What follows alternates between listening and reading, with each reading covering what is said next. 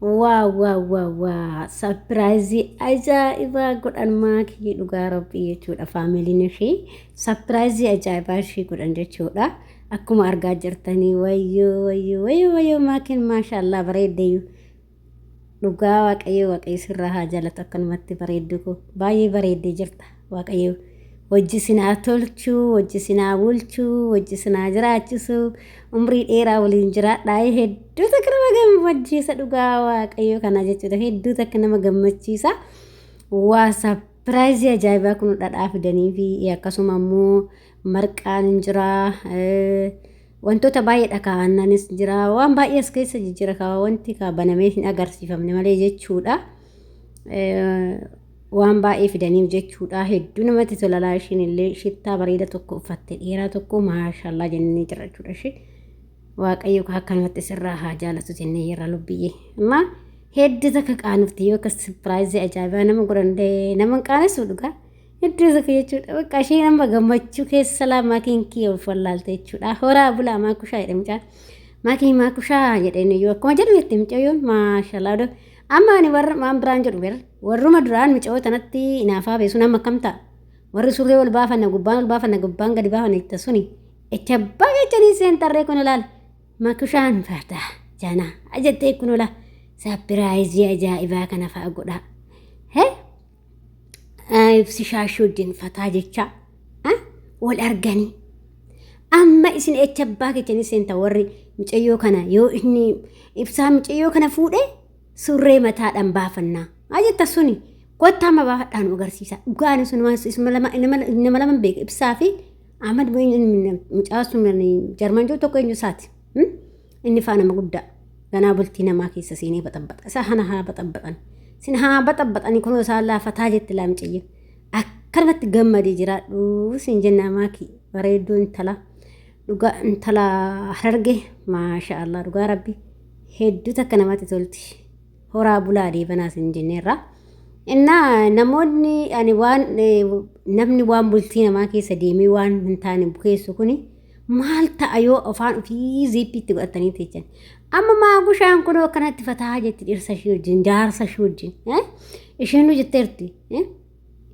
Ani ibsi ishaan kiyyumaa jettee dubbattee jirti. Ibsi ishaan kiyyumaa nama biraatii miti. Akkanumaanii suuraa abbaan fedhe yoo biratti ka'eeyyuu ani dhimma suuraa abbaan fedhe yoo biratti ka'e waan akkasii hin beeku. Jettee ishiin illee goota jaalalaati dhugaa dubbachuuf. Mucoontis jechuudha. Mucoontis goota jaalalaati. Akkasuma immoo ibsaan illee goota jaalalaati jechuudha. Maaliif osoo goota jaalalaa ta'uu baatan ijoolleen tun akka jecha namaatiin qaata addaan ba'anii turanii garuu kana jecha namaa takka illee dhageenye jechuudha. Akkasii kun bultii ani namumti bultii ofii dhiisee bultii namaa bukeessaa keessa seene. Akkasii abboo seeqii jiraadhu na dhugaa dubbachuuf hedduu takka namatti tolanii waaqayyo wajjin haasisnaa jiraachisu waaqayyo wal bira sinaa bulchuu akkanumatti wal bira jiraadha akkanumatti wal jaaladha jaalala keechaan hanga dullumaatti siniif haa ta'u akkasii haga qarbii jalaatti illee sinii haa ta'u jenna.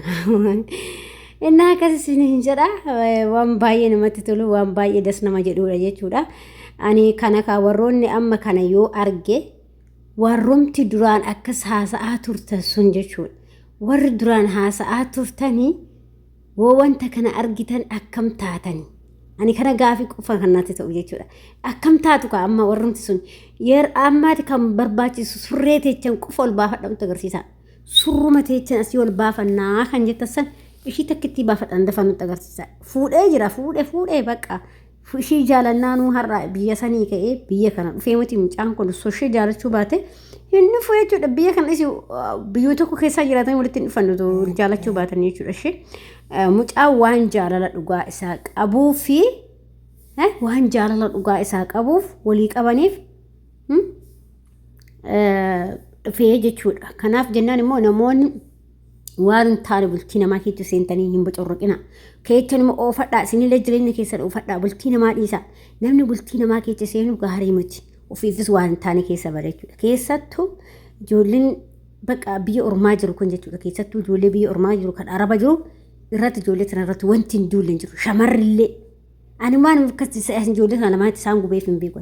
Maali mee maa maal sin godhan wal fuudhanii wal dhiisanii wal jaalatanii namuma maaltu sin nama galchee bu'aa namaa keessa deema tan ofiin gaggeeffatu jireenya ofii keessatti kan ofii san gaggeeffachuu dhabanii kan namaa maaltu nama dhibe naa yoo barbaadan immoo gammachuu isaanii yoo ibsuuf barbaadan itti baasanii suuraa isaanii saniin gammachuu isaanii ibsuuf qabdan yoo jibbitan ta'e nama tokko yoo erga jibbitee maal gochaa irraa haasoftaa maal gochaa jibbitan ani kan ajaa'ibu warruma Oromoo tan wal xiqqeessaa oolu waluma gammachuu waanuma nama gammachiisu isinirraa hin baratan warra Oromoo keenya kanarraa waan takkan baratan wal dhiibuu yaaddan jechuudha maaliif wal dhiibdu amma ijoolleen kun maal rakkoo qaba mucayyoo intala Oromooti mucaa intala Oromooti wal fuudhan maal rakkoo qaba ishiin akkam isa fuudha ana shamarri boolaa maal jettee jettani ani shamarra takka illee nan taasise Bano akkami shimaakii fuudha ana maafi fuuni jedhanii kan mucayyoo kaatti inaafan hedduu takkas jira suuraa ishiitti irraa kanaasaa jiran